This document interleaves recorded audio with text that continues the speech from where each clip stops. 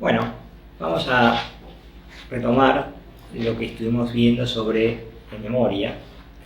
Había anticipado que íbamos a continuar con las investigaciones sobre alteraciones o distorsiones en la rememoración y el recuerdo, que está en línea con las indagaciones que realizó Bartlett.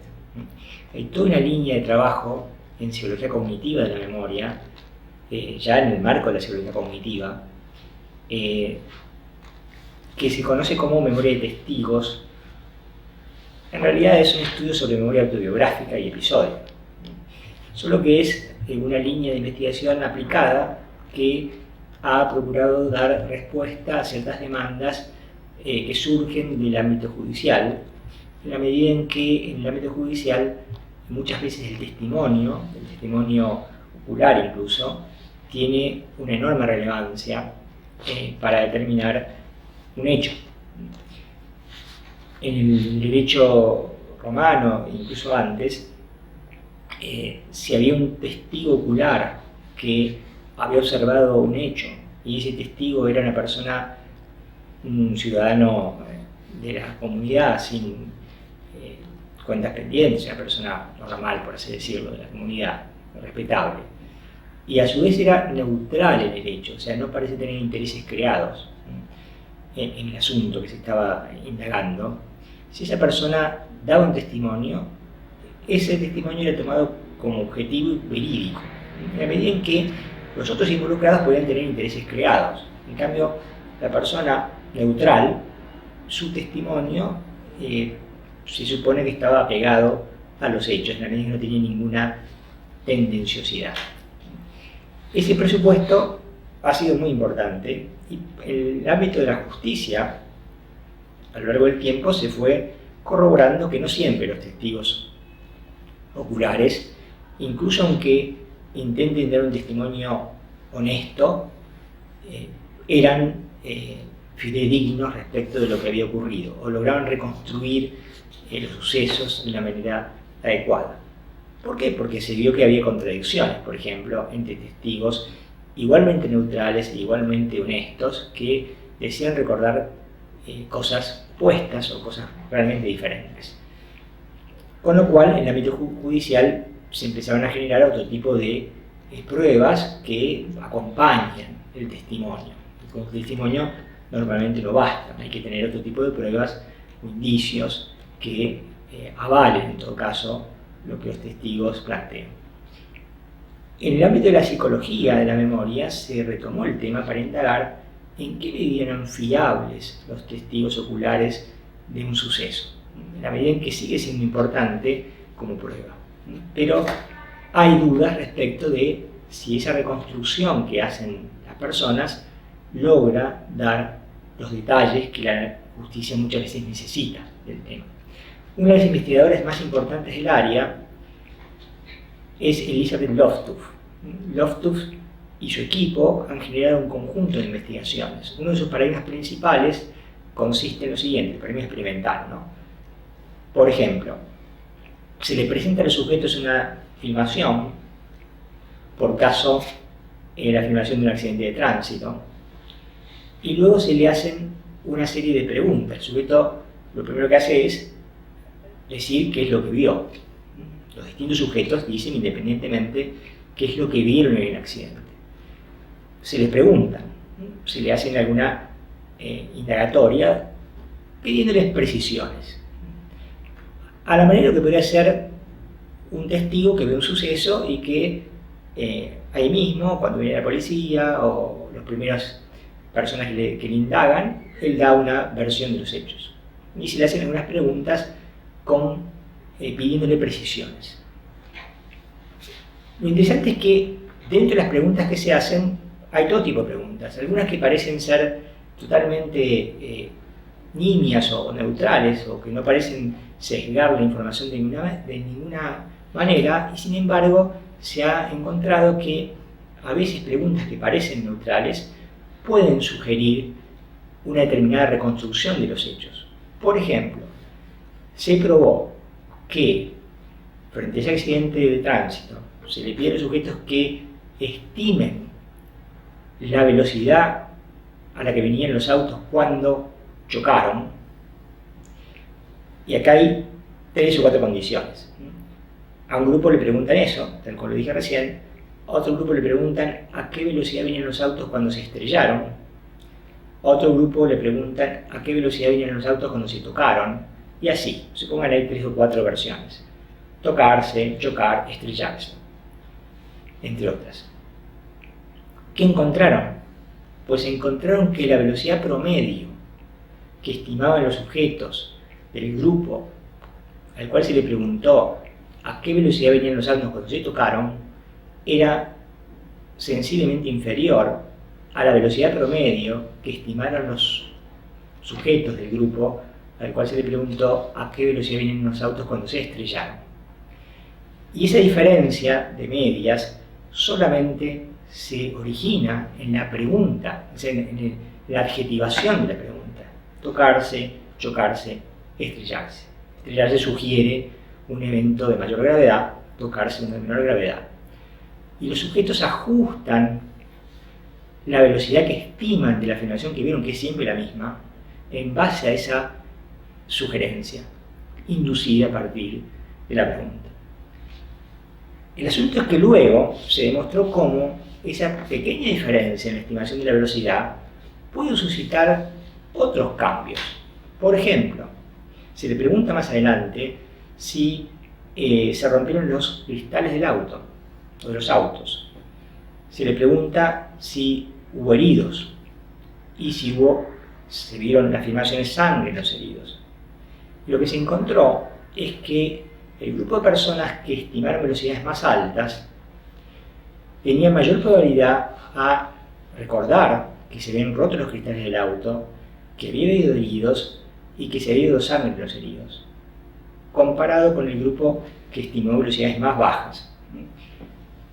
Esto es, esta pregunta inicial que genera una estimación, luego la mente procura ser consistente y coherente. Si estimamos una velocidad muy alta en el choque, nuestra información del mundo nos dice que es probable que ese accidente sea grave y que haya habido estallido de cristales y por lo tanto heridos y quizás se desangren los heridos.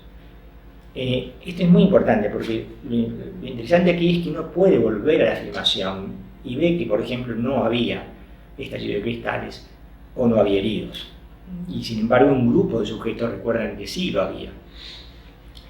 En el paradigma de Loftuf se le presenta la afirmación, se le hacen preguntas el primer día, luego se los citan a los sujetos en un segundo momento.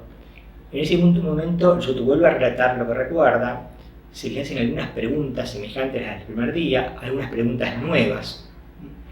Estas preguntas, en algunos casos, incorporan información. Incorporan información de manera solapada, por así decirlo. Por ejemplo, se les pregunta si el auto que venía por la derecha se detuvo o no se detuvo frente al semáforo. O sea, si hace algún gesto de detenerse o si sigue a la misma velocidad. Los sujetos dicen todo tipo de respuestas. Por supuesto, hay gente que dice que el auto sí se paró frente al semáforo, otros que no paró, que siguió de largo. Algunos dicen que el semáforo estaba en rojo, otros estaba en verde, otros que no recuerdan si estaba en verde o en rojo, otros que no recuerdan bien lo del semáforo, etc. Hay una variedad de respuestas.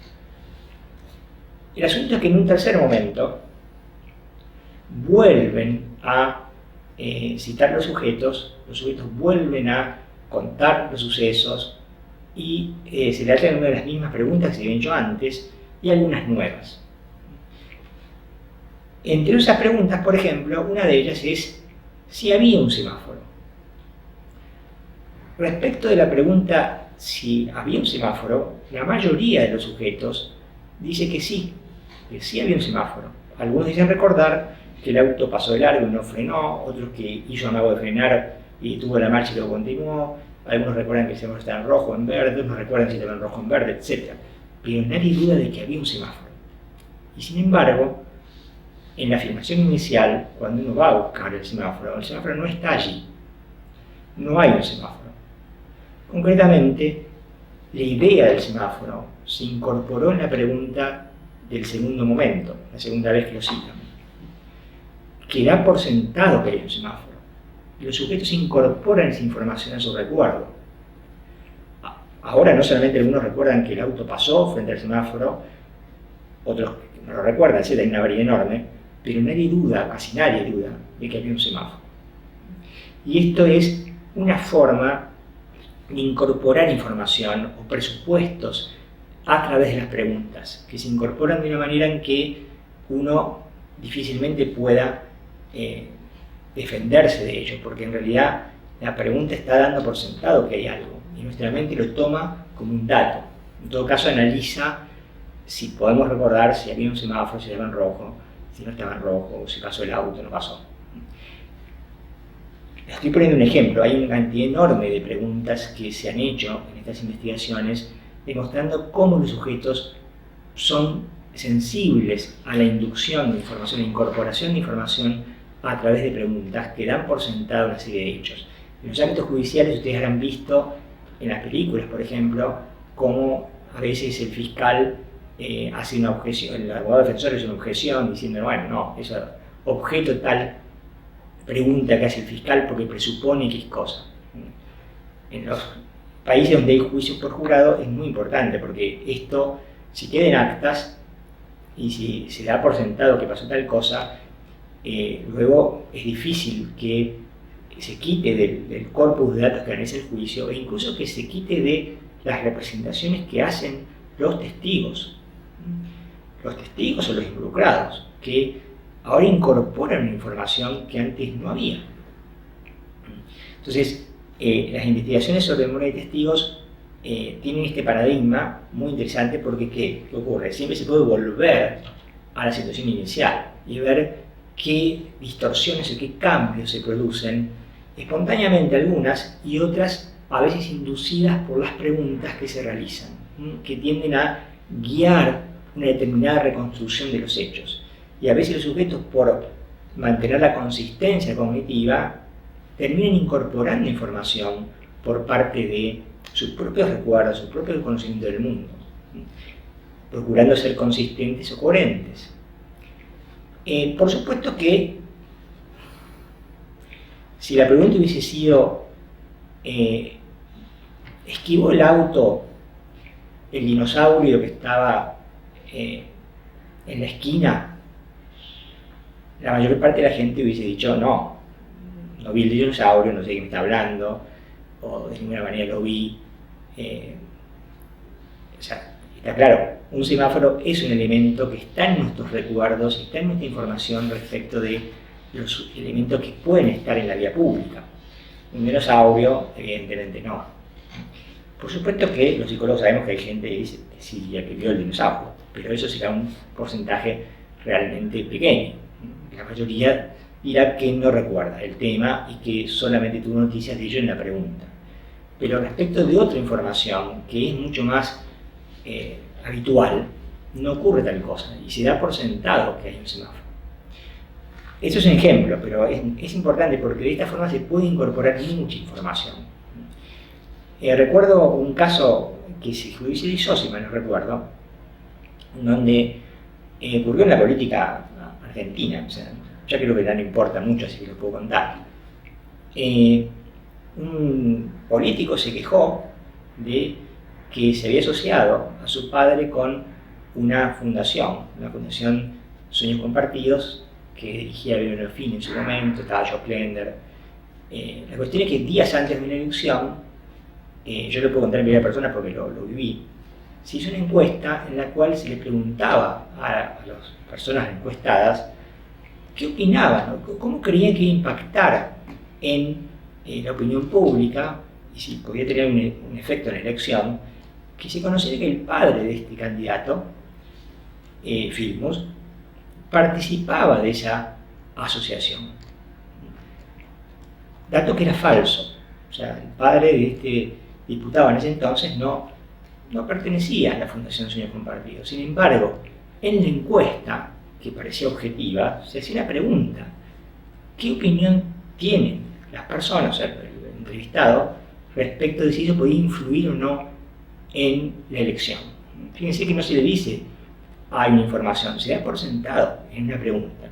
Y eso es una forma sutil de incorporar información. que luego, por supuesto, se puede replicar a través del rumor o de mecanismos que todos conocemos.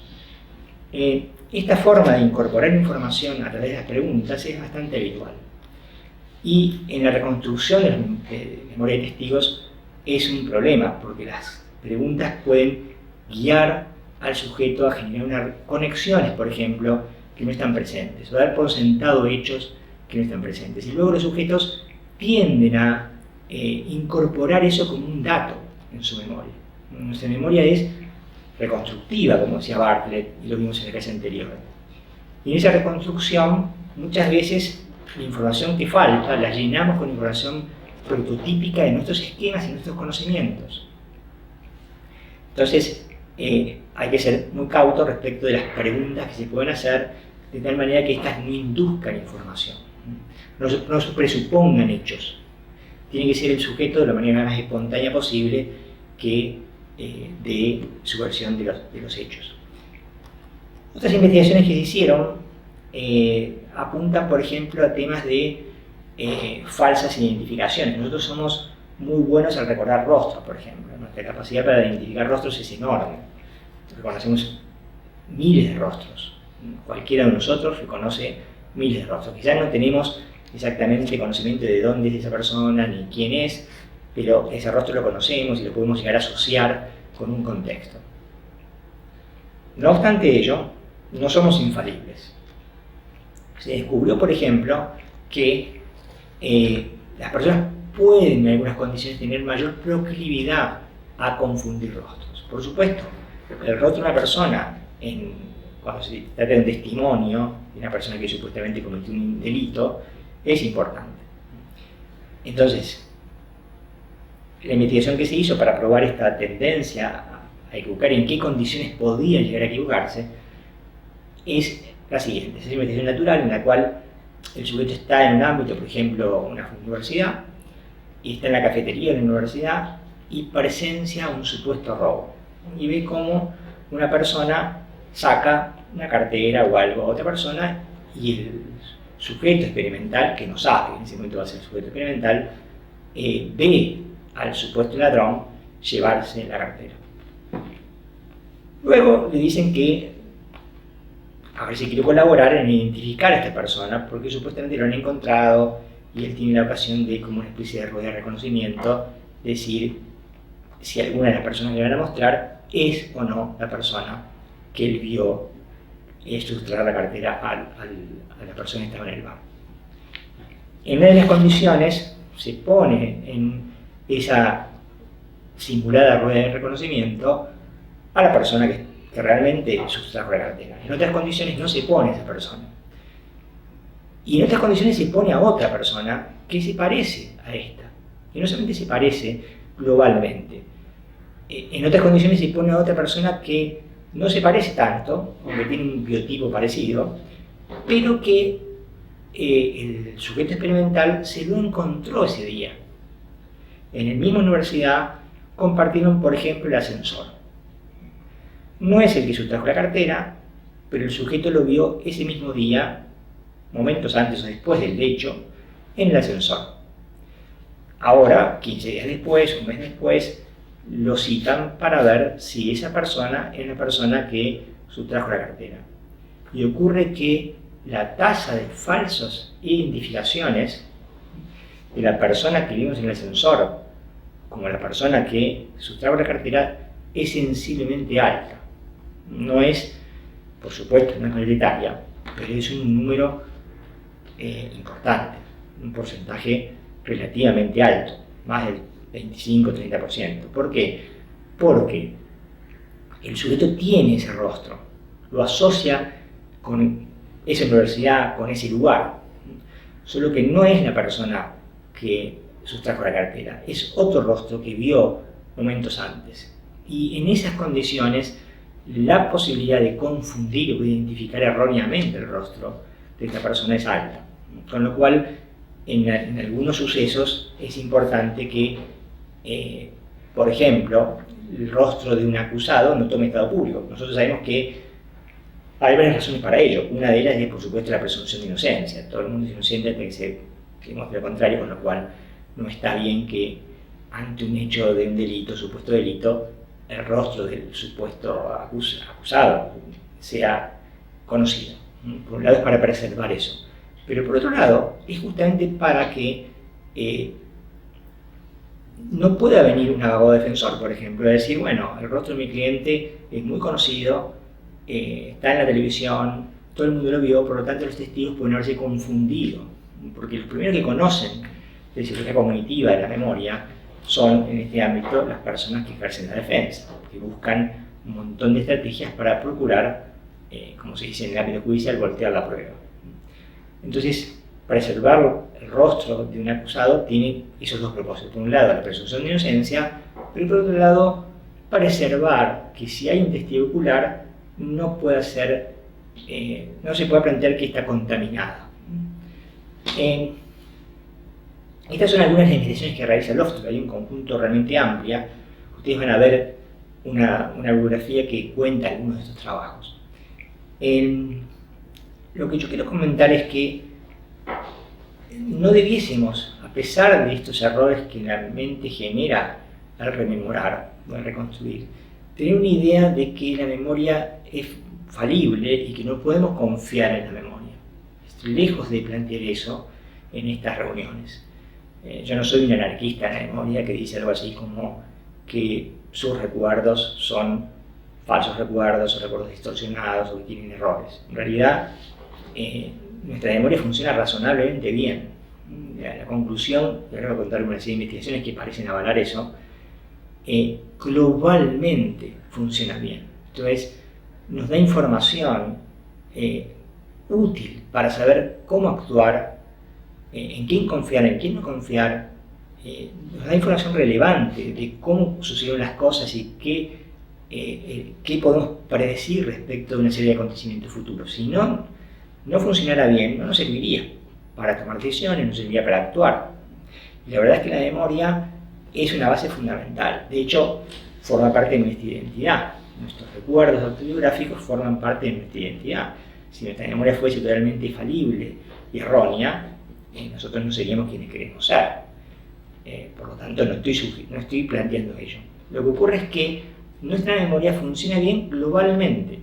Esto es, no evolucionó para dar respuesta a las demandas o los requerimientos del sistema judicial, que requiere una enorme precisión, que requiere establecer exactamente cuándo ocurrieron los hechos y cómo ocurrieron los hechos y qué dimensión temporal tuvieron, por ejemplo. Cuánto el policía disparó después de cuánto tiempo.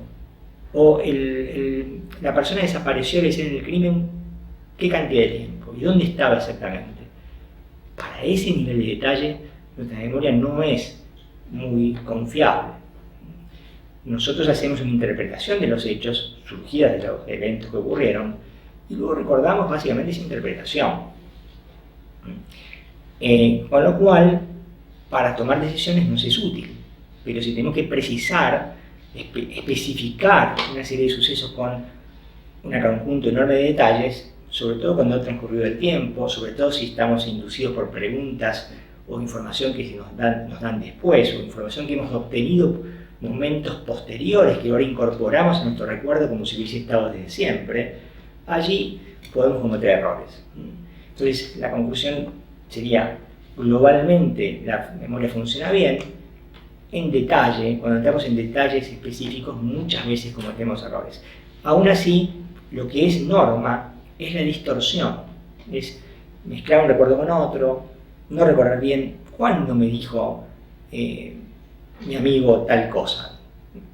Porque muchas veces no importa cuándo te lo dijo, importa que te lo dijo. No importa si te lo dijo por email, te lo dijo por teléfono, te lo dijo en la cafetería, o te lo dijo viniendo en colectivo a la facultad. Lo importante es que él te dio esa información y que él opina eso, que él cree eso, que él ya sabe eso, que lo sabía de antemano, suponga. Que a la justicia puede ser que le interese mucho saber si fue por email, o si fue por carta, o si fue en la facultad, o si fue por teléfono, porque eso puede dirimir cuestiones meramente jurídicas. Sin embargo, para la mente, para nosotros, lo que importa es que yo sé que mi amigo sabe y cree eso. Y yo a partir de ello puedo tomar una serie de decisiones. Entonces, los requerimientos judiciales y el funcionamiento de la memoria no siempre se llevan bien, porque la memoria no evolucionó para ello, evolucionó para otra cosa. Entonces, hay una serie de datos que demuestran que la memoria globalmente sí funciona bien. El problema es cuando tenemos que entrar en detalles específicos. Allí hay narrado en el texto que ustedes van a leer una investigación sobre el Watergate. No voy a narrar ahora, es un trabajo de Neisser, léanlo, es muy interesante. Y demuestra cómo una de las personas que reconstruyó los hechos tenía un recuerdo globalmente correcto, a pesar de un montón de errores en cuanto a dónde transcurrieron las reuniones, en qué momento se dijeron tales cosas. En eso había imprecisión, había mezcla de recuerdos. Sin embargo, globalmente podría decirse que el testigo había sido honesto y había procurado contar los hechos con veracidad, y que su reconstrucción era globalmente correcta. Eso es lo que uno puede ver en general en la reconstrucción de sujetos. Por supuesto que, entonces, hay distorsión, que es la norma del funcionamiento cognitivo de la memoria, mezclas de recuerdo, imprecisiones, y también hay falsos recuerdos. Los falsos recuerdos ya no son tan habituales. Las condiciones para que se produzca un falso recuerdo, o sea, que uno tenga un recuerdo de algo que no ocurrió, es más infrecuente, es menos probable, y requiere una serie de condiciones que no son tan habituales. Por eso es que los falsos recuerdos completos, un falso recuerdo de algo que no ocurrió, que nos recordamos como si hubiese ocurrido, es algo que es poco probable. Lo más probable son las distorsiones o los cambios o las modificaciones que hemos venido viendo. No obstante ello, hay información sobre falsos recuerdos, o sea, recuerdos que las personas tienen como si hubiesen ocurrido y sin embargo no han acaecido. Y todos ustedes pueden tener algunos falsos recuerdos.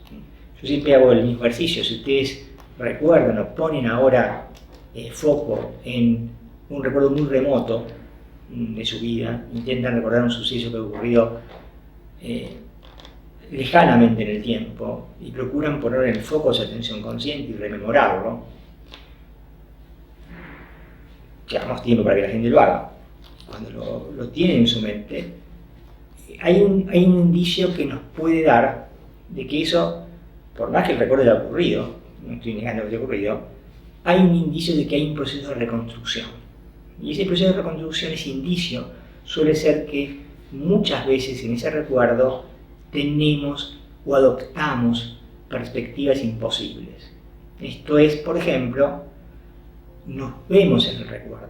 Esto es, nos vemos allí con nuestra prima, nuestro abuelo, nuestro padre, nuestros amigos de infancia, como si estuviésemos filmados haciendo un traveling, como si el director hubiese puesto un plano desde afuera y nosotros estamos allí en el recuerdo. Evidentemente, esa imagen o esa reconstrucción no es lo que nuestra percepción captó. Por lo tanto, es evidente que eso es una reconstrucción de nuestra mente, que no indica o no prueba que el suceso no haya ocurrido. El suceso quizás ocurrió. Lo que prueba es que lo que estamos recordando es una reconstrucción que nuestra mente generó a partir de ese recuerdo, de ese evento, de ese suceso. Que generalmente los sujetos no recordaron una vez, quizás recordaron varias veces. Generalmente cuando uno recuerda recuerdos muy remotos, no es que lo recordó una sola vez, lo recordó varias veces, y cada vez que lo recuerda es una ocasión para que se modifique, cambie, se asocie con otra cosa, se incorpore un elemento nuevo, etc. Entonces, las perspectivas imposibles son un indicio bastante claro de reconstrucción. Yo siempre digo, dentro de unos años va a haber que convencer a la gente de que esto ocurre, porque ustedes todavía no, pero en algunos años más va a ocurrir que muchos de ustedes tengan este tipo de recuerdos, se vean el recuerdo y quizás lo vinculen o lo asocien con que han sido filmados o han visto filmaciones de ustedes mismos. Pues les informo que eso no pasa ahora, pasaba siempre. Nosotros, cualquiera de las personas que no fueron filmadas cuando eran niños, tienen recuerdos donde se ven el recuerdo, porque su mente adopta una perspectiva imposible, un plano imposible en ese recuerdo. que digo, te lo repito, no muestra que es un falso recuerdo, lo que muestra es que en este recuerdo hay un componente importante de reconstrucción. Ahora bien, a su vez hay falsos recuerdos, y a veces las personas tienen recuerdos de elementos que no han acaecido, no han ocurrido. Recuerdo una alumna de clase de la universidad, de hecho, que dijo que ella recordaba haber levitado cuando era niña, y que se elevaba sobre los techos y recordaba y veía los techos de la casa de su abuelo. Y dice, bueno, no soy esquizofrénica ni psicótica, reconozco que eso no pasó, no le atribuyo ninguna veracidad a ese hecho. Ahora bien, lo recuerdo, tengo ese recuerdo. ¿Cómo se formó ese recuerdo? Es casi imposible determinarlo. Quizás la persona tuvo un sueño, quizás estuvo en un estado alterado de conciencia porque tenía fiebre, quizás en ese momento que era muy pequeña le atribuyó que era verdad ese recuerdo. Ahora ella recuerda haber levitado, sabe que no pasó, pero en su recuerdo está allí. De la misma manera en que está allí el hecho que ustedes se ven desde esa perspectiva imposible, como si se vieran desde afuera. Entonces a veces hay falsos recuerdos de hechos que no ocurrieron. Incluso alguna fuente de estos falsos recuerdos son cosas que nos han contado, información que nos han brindado otros. Entonces, supongan que ocurre un hecho en la facultad y ustedes no vienen ese día, pero sus amigos se lo narran, porque es un hecho que tiene cierta cualidad narrativa, tiene cierta categoría de anécdota. Entonces ustedes se lo narran, pasó tal cosa, se lo narra una persona, se lo narra otra, le dan perspectivas diferentes del mismo suceso, ustedes incorporan información que otros brindan sobre ese mismo hecho. Ahora después quizás pasan 10 años o 12 años y supongan que ese acontecimiento hubiese tenido la suficiente importancia para que 12 años después alguien lo rememore. Quizás cuando se vuelva a hablar de eso 12 años después, ustedes recuerdan en primera persona, como si hubiesen estado allí, y se recuerdan habiendo participado del suceso. Y otras personas les dicen, no, mira, no estabas ese día. Me acuerdo perfectamente que no estabas, y quizás hay 2 o 3 que te dicen, no estabas. Y, sin embargo, la persona que está experimentando ese recuerdo, para él es un recuerdo como si lo hubiese vivido en forma directa.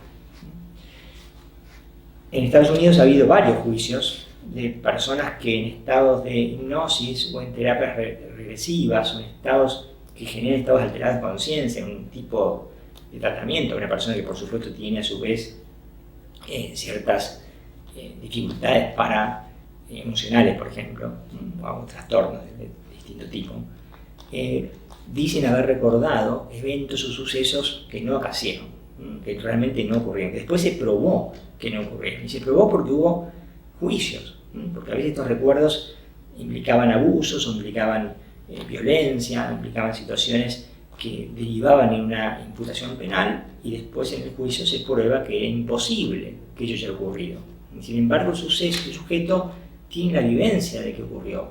Y lo peor es que esos recuerdos construidos por la mente en ese contexto no desaparecen.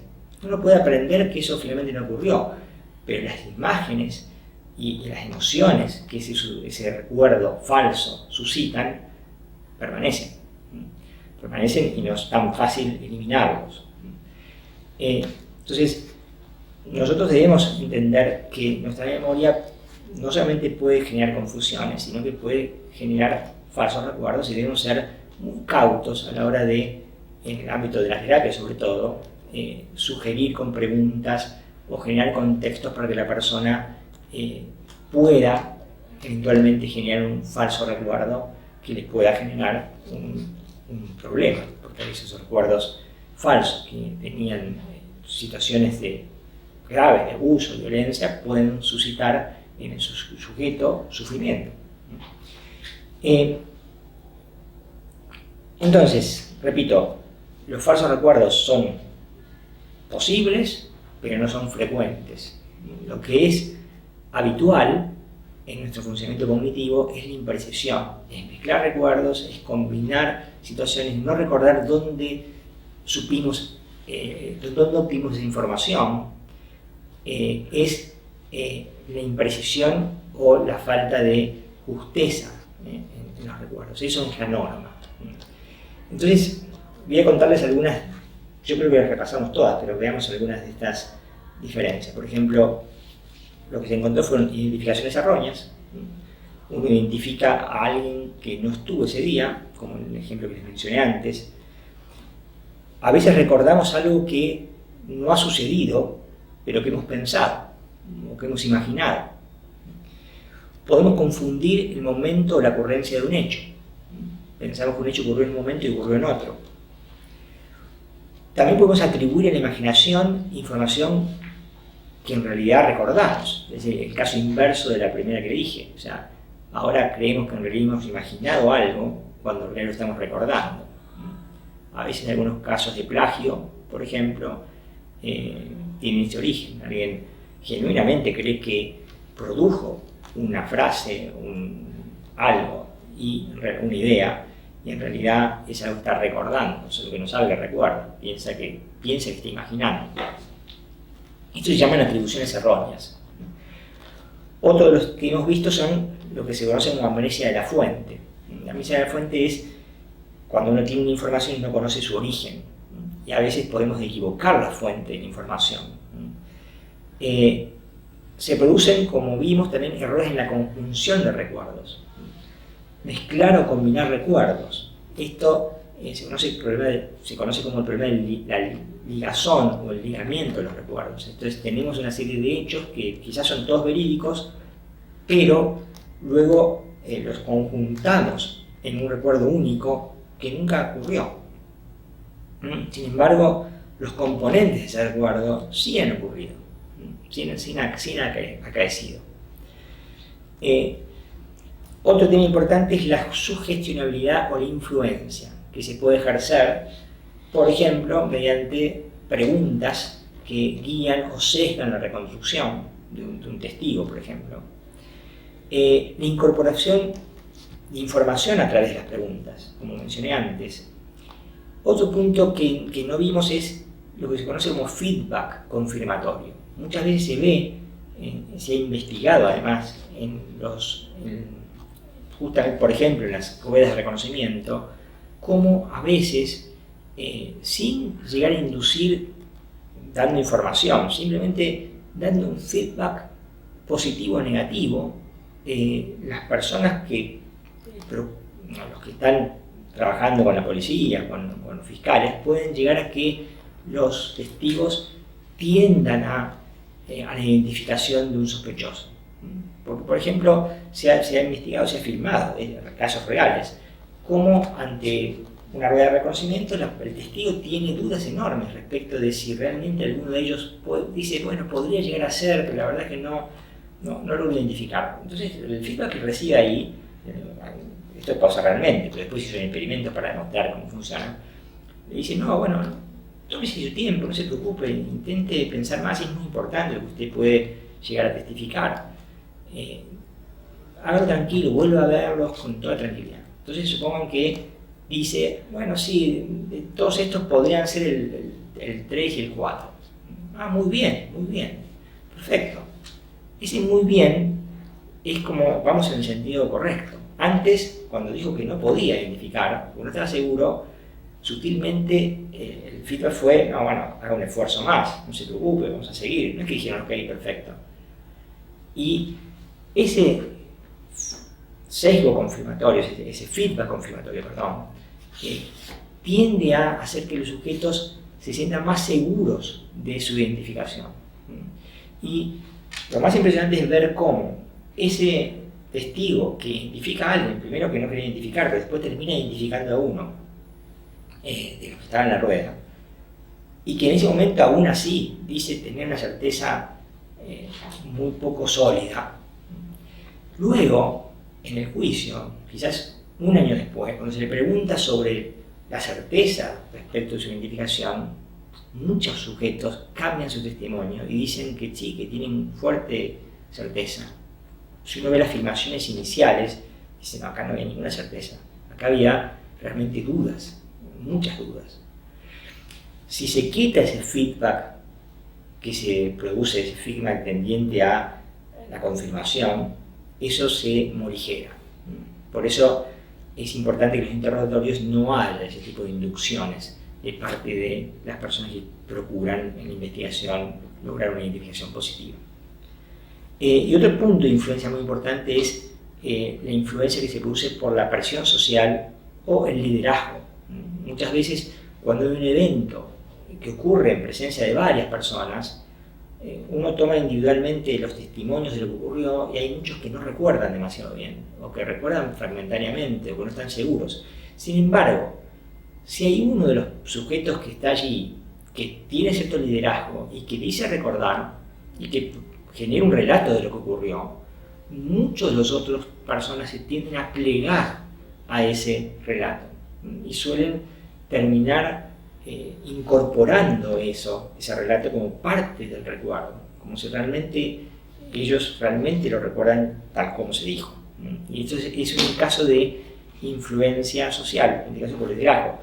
O puede ocurrir que varias personas recuerdan lo mismo y uno no recuerda, pero si 2 o 3 personas que participaron del hecho relatan haber recordado algo que, por ejemplo, experimentalmente se falso, lo recuerdan, pero muchas personas, mucho experimental, que escuchan el relato de otros que están fingiendo recordar algo, pero que en realidad no recuerdan, o no pasó, mejor dicho, terminan muchos sujetos diciendo que sí, bueno, que ese recuerdo es así, y lo incorporan a su mente, lo incorporan a sus recuerdos. Este es un caso de falsos recuerdos, productos de la presión social del liderazgo. Por supuesto, es mucho más difícil crear un falso recuerdo de esta manera que crear distorsiones o cambios. Las distorsiones o cambios se generan con enorme facilidad. En cambio, un falso recuerdo es bastante menos probable. Bueno, estas son las investigaciones sobre memoria de testigos que les quería mencionar. Es una línea muy activa, hay una cantidad enorme de experimentos.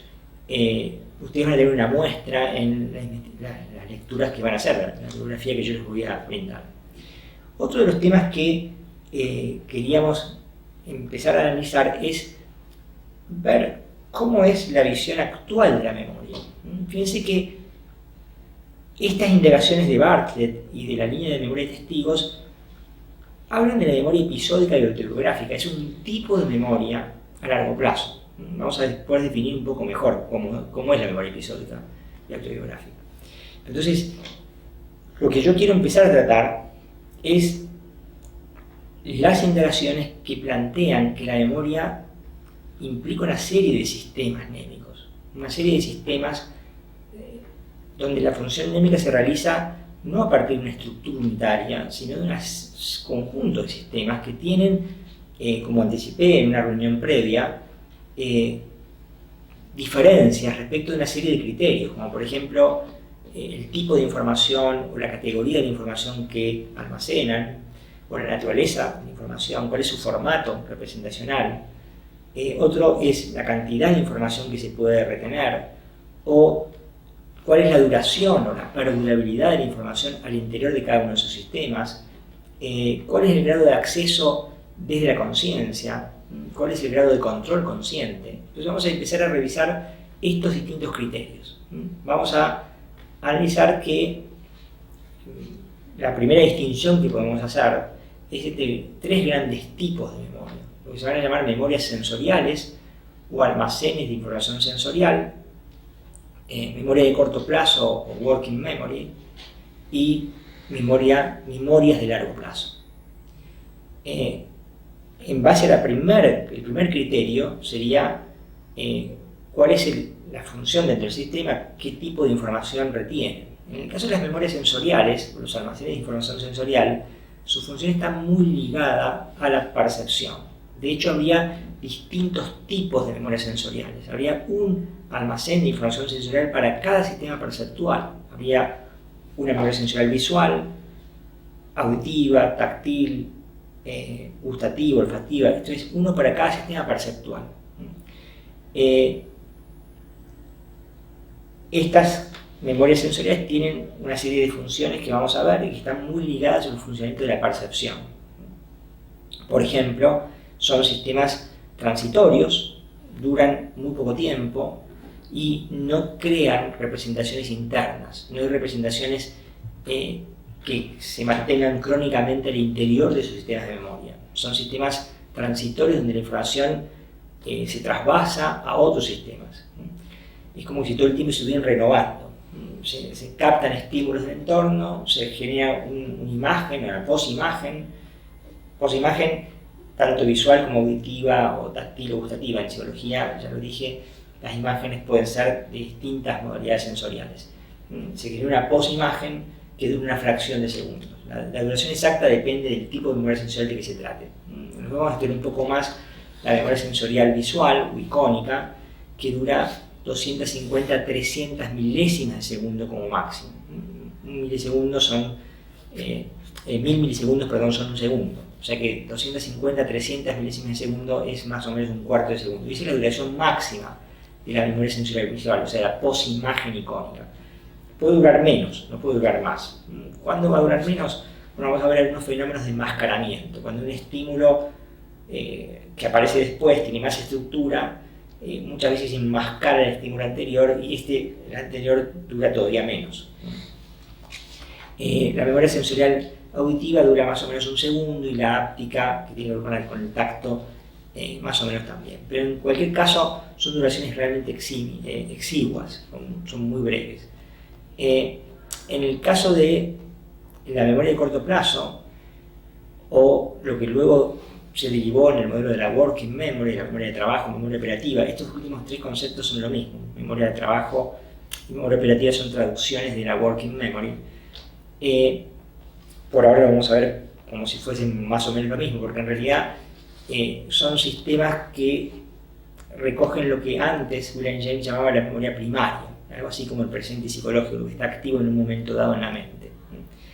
Eso que James llamaba la memoria primaria es lo que los psicólogos cognitivos de aquel 50 llamaban memoria de corto plazo, y que tiene muchas propiedades en común con los fenómenos atencionales y con la conciencia. No son lo mismo, pero tienen muchos puntos en común. ¿Sí? Así como las memorias sensoriales lo asociamos con la percepción, a la memoria de corto plazo, a la working memory, debemos vincularla con la conciencia y con la atención.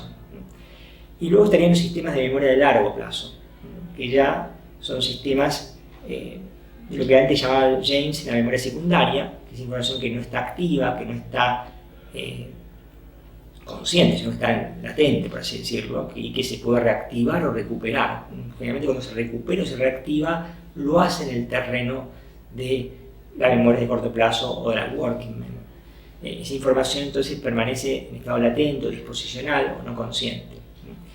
Y ahí vamos a ver que hay distintos tipos de memoria a largo plazo, distintos sistemas de memoria a largo plazo. Los voy a mencionar ahora, los vamos a revisar luego. Son memoria episódica, la memoria semántica, la memoria procedimental y el sistema de representación perceptual. Vamos a ver después también que hay otros criterios, otras formas de concebir a la memoria de largo plazo en base a otras distinciones, como por ejemplo la distinción entre memoria explícita y memoria implícita, o la distinción entre sistemas declarativos versus sistemas no declarativos. Pero no lo anticipo ahora. Por ahora lo que vamos a revisar son estos distintos tipos de memoria a largo plazo, su definición global. La memoria episódica es, como ya anticipé, la capacidad de rememorar sucesos o hechos puntuales, de sucesos que no vivimos como un acontecimiento, que lo situamos como un acontecimiento biográfico, un suceso de nuestra vida, nos vienen imágenes de ese acontecimiento. Un componente importante de los recuerdos episódicos están situados espacio-temporalmente, o sea, recordamos un suceso puntual en un espacio definido en el tiempo, en un momento temporal definido. Es un acontecimiento del cual nos vienen imágenes, y esas imágenes son de distinto tipo, imágenes visuales, imágenes auditivas, imágenes táctiles, imágenes de tipo emocional, o sea, cómo nos sentimos en ese suceso. Recordamos que había determinadas personas, sabemos quiénes son esas personas, qué vínculo tenemos con ellas, qué opinan esas personas, qué dijeron ese día, cómo fue la secuencia de hechos, o sea, tenemos un recuerdo de la concatenación de hechos, cómo se desarrolló el suceso. Todo ese entramado de información es lo que se conoce como recuerdo episódico. El recuerdo episódico es muy demandante de recursos atencionales. De hecho, cuando estamos rememorando con detalle un recuerdo episódico, ocupamos prácticamente todo el espacio de trabajo de la working memory y nos cuesta hacer otra cosa. Y quizás lo más importante del recuerdo episódico es esa capacidad de recordarlo como un todo. Porque en el cerebro esa información no está almacenada en un solo lugar. Participan distintas áreas del cerebro en la codificación y el almacenamiento de esos sucesos. Los acontecimientos dejan huellas en distintas áreas del cerebro. Ahora bien, cuando lo recordamos como un episodio, tenemos la capacidad de rememorar conjuntamente todos esos pedazos de recuerdo, información verbal, visual, auditiva, emocional, etcétera, que se recuperan como una totalidad integrada. Y eso es quizás lo más distintivo del recuerdo episódico, al margen de que nosotros lo vemos como un recuerdo personal. Por eso los recuerdos episódicos forman parte de la autobiografía del sujeto. Son quizás lo que le da carnadura a la autobiografía. La memoria autobiográfica, que no es un sistema de memoria a largo plazo, más bien es una construcción en base a información de distintos sistemas, tiene como base fundamental los recuerdos episódicos. A su vez hay información que es de tipo semántico, que es conocimiento que tenemos acerca de nosotros mismos, y que quizás no recordamos ese evento, pero lo sabemos. Hay información que sabemos nosotros, aunque no seamos capaces de recordar un recuerdo episódico puntual que lo justifique o avale. La memoria semántica justamente es otro tipo de memoria que tiene que ver con el conocimiento en general, tanto conceptos, nociones conceptuales, el significado de las palabras, tanto las palabras técnicas o de raigambre científica como las palabras que aprendemos en la vida cotidiana.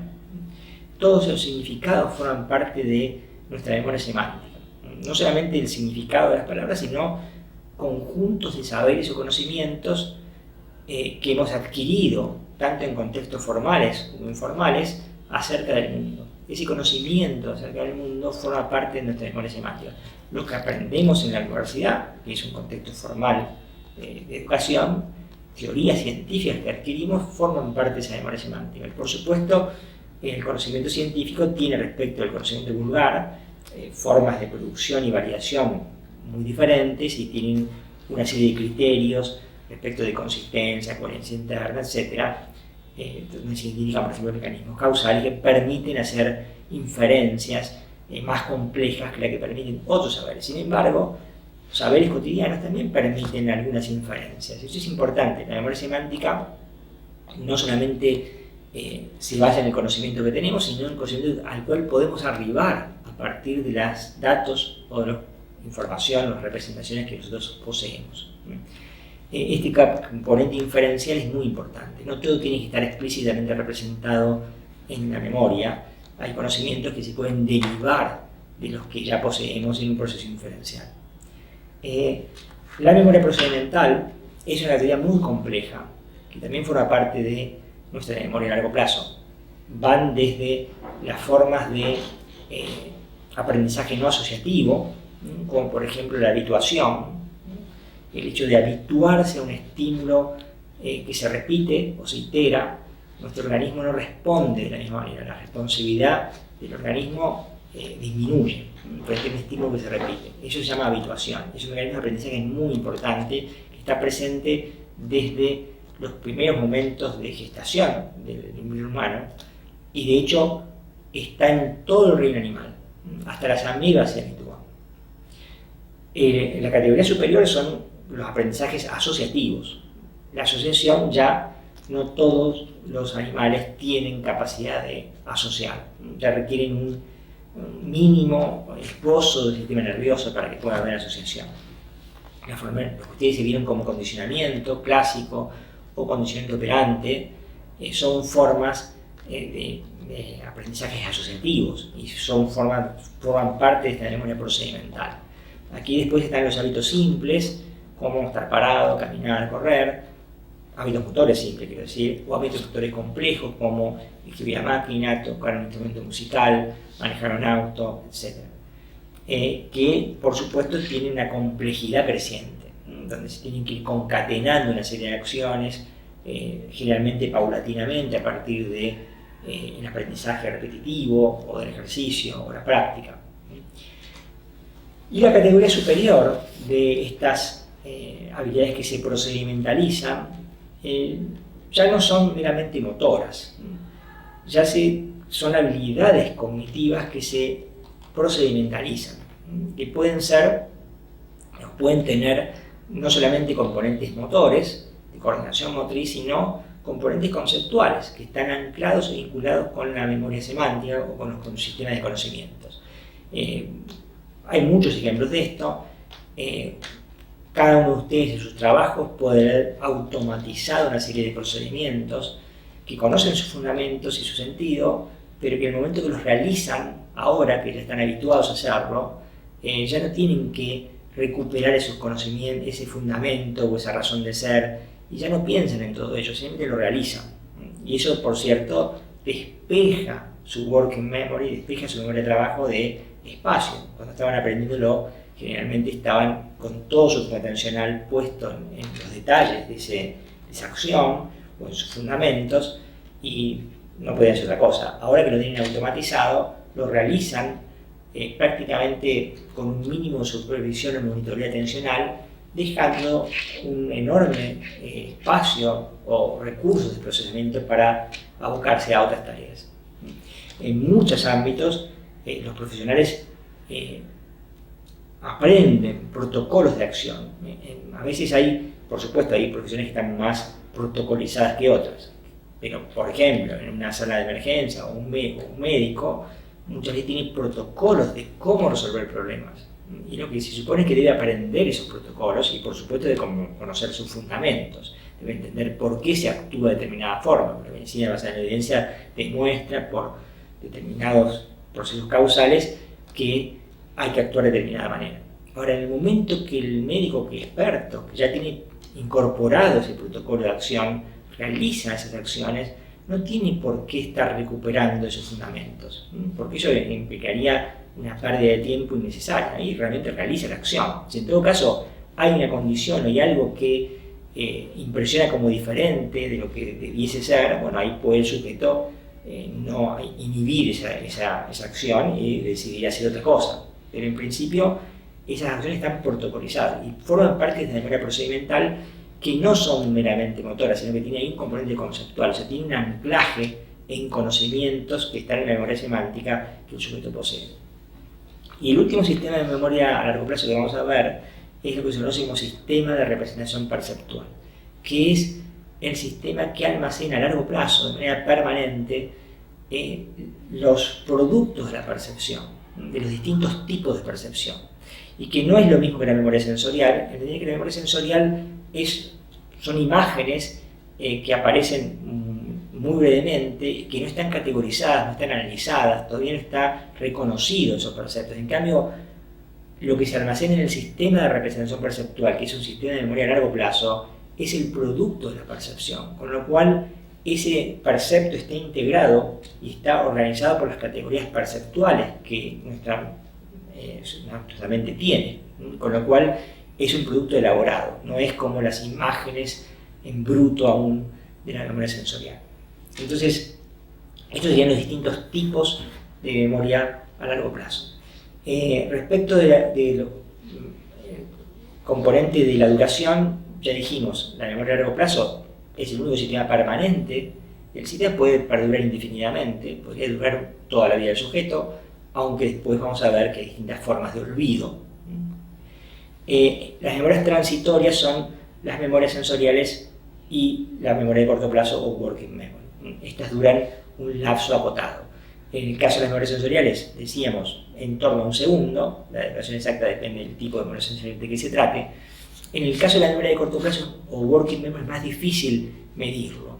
Hay varias mediciones, pero son aproximadas. Se dice 18 a 30 segundos, 15 a 30 segundos, algunos autores. Es una duración promedio. En realidad, la memoria de corto plazo, la working memory, puede durar bastante más o puede durar menos.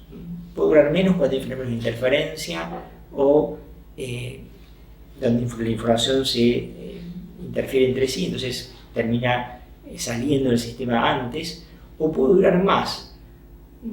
Todas las veces que uno simplemente repita la información y la mantenga activa mediante un mecanismo de repetición, que vamos a ver que hay una subestructura llamada bucle fonológico articulatorio que permite esta repetición, subvocal por ejemplo, o mucho más interesante, que uno mantenga activa la información porque está usándola, no repitiéndola solamente, sino que está usándola para tomar decisiones, para planificar, para resolver un problema.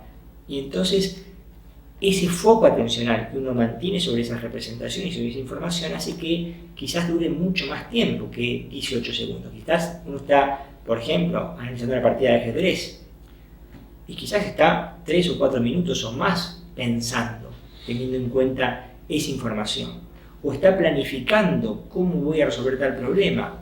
Estoy anticipándome qué voy a hacer en qué secuencia y estoy teniendo esa información activa. O estoy hablando pros y contras de una decisión que tengo que tomar y puede ser que tenga todo ese conjunto de información activo durante bastante más que 18 o 30 segundos. Pero claro, la condición es que uno haga un esfuerzo por mantener el foco atencional sobre esas representaciones y esa información. O sea, no es algo que ocurre espontáneamente, ocurre porque estamos usando esa información para distintos procesos cognitivos más o menos complejos. Y el otro tema que voy a decir, antes de empezar a entrar en las clases posteriores en la base empírica que justifica este modelo, que justifica esa distinción entre distintos tipos de memoria y que avala las distintas propiedades o cualidades que le hemos atribuido a esos distintos tipos de memoria. Otra de las distinciones es la capacidad. Y aquí, respecto a las memorias sensoriales y la memoria de largo plazo, se dice que en principio su capacidad es ilimitada. En el caso de las memorias sensoriales, es ilimitado dentro de lo que cada sistema perceptual puede captar. No es todo lo que hay en el mundo, sino en el caso, por ejemplo, de la visión, nosotros captamos la luz entre el rojo y el violeta, con lo cual los estímulos lumínicos que estén por debajo del rojo, sean infrarrojos o sean ultravioletas, por más que estén en el campo perceptivo, no se van a captar. Entonces, la memoria sensorial visual, dentro de sus parámetros de funcionamiento, capta todo el input que el sistema puede procesar. En ese sentido se dice que es completa o es ilimitada. Ilimitada dentro de sus parámetros funcionales. Lo mismo pasa con las otras memorias sensoriales. Lo que quieren decir allí que es un ingreso completo de información es que todavía no hay criterio para saber qué información es más relevante que otra. En todo caso, ese proceso de análisis para determinar que una información de la percepción sea más importante que otra, sea más pertinente que otra, que requiera mayor atención, requiere identificación, requiere reconocimiento. Al principio, cuando los estímulos se captan en las memorias sensoriales, todavía no hay un proceso de categorización. Son sistemas precategoriales, por lo tanto, no hay un filtro selectivo más sutil respecto de qué información es más relevante que otra. Y la memoria de largo plazo, podemos analizar después si hay algún tipo de límite. En principio, funcionalmente no hay límite. Si el cerebro es un sistema finito, algún límite tiene que haber, pero ese límite funcionalmente no se alcanza. Ya sea porque nuestra capacidad para incorporar información es enorme, ya sea porque el olvido cumple un rol de optimizar el funcionamiento de la memoria, o bien, lo que es muy importante, porque el cerebro va creando su propio espacio. Esto es, las sinapsis van creando nuevo espacio de almacenamiento. Y por lo tanto no es como un sistema inerte o un sistema digital como un teléfono celular que su memoria está pautada y se puede comprar una memoria, pero no puedes, al incorporar información no vas creando nuevo espacio. En cambio en el cerebro sí, cuando se crean y se consolidan nuevos recuerdos, se crean nuevas sinapsis, se crean nuevas conexiones, y esa conectividad, esa red más densa, ahora es más capaz de asimilar más información, de incorporar más información, con lo cual el cerebro es un sistema vivo, un sistema dinámico, que está en permanente construcción. No tanto porque se creen nuevas memorias, sino porque se crean nuevas conexiones entre las dendritas y los axones de neuronas que crean redes cada vez más complejas y conexiones de patrones de activación que se dan entre algunas áreas y otras áreas, que eso son producto del aprendizaje. Entonces, estos son criterios importantes. Menciono uno último, y la vez que viene vamos a empezar a ver la base empírica que justifica el modelo. Otro criterio importante es el grado de control que tenemos respecto de lo que pasa en estos distintos sistemas mnémicos. Fíjense, en las memorias sensoriales tenemos muy poco control. Podemos controlar a dónde miramos, dónde tocamos, pero luego que los inputs ingresan al sistema se independizan del control voluntario. Realmente el sistema funciona ahí automáticamente y genera un output, genera un producto que ocurre en milésimas de segundo además. Con lo cual no hay control sobre el procesamiento perceptual, no podemos dirimir cómo se realiza el proceso perceptual. En la memoria de corto plazo, en la working memory, sí hay control, es decir, está el sistema que tiene mayor nivel de control, o por lo menos el espacio de la memoria donde hay mayor posibilidad de incidir o influir volitivamente respecto de qué hacemos, a qué le prestamos atención, qué tipo de procesamiento realizamos con la información. Es muy importante que existe esta posibilidad. Por supuesto que ese control no es perfecto. Decir que existe un grado de control importante de ninguna manera significa que el control es total. De hecho, si fuese total el control, habría muchos menos de ustedes asistiendo a clases, y habría muchos menos psicólogos, porque en realidad gran parte de los problemas que surgen y que tratamos los psicólogos y pedagogos tienen que ver con cosas que se escapan de nuestro control.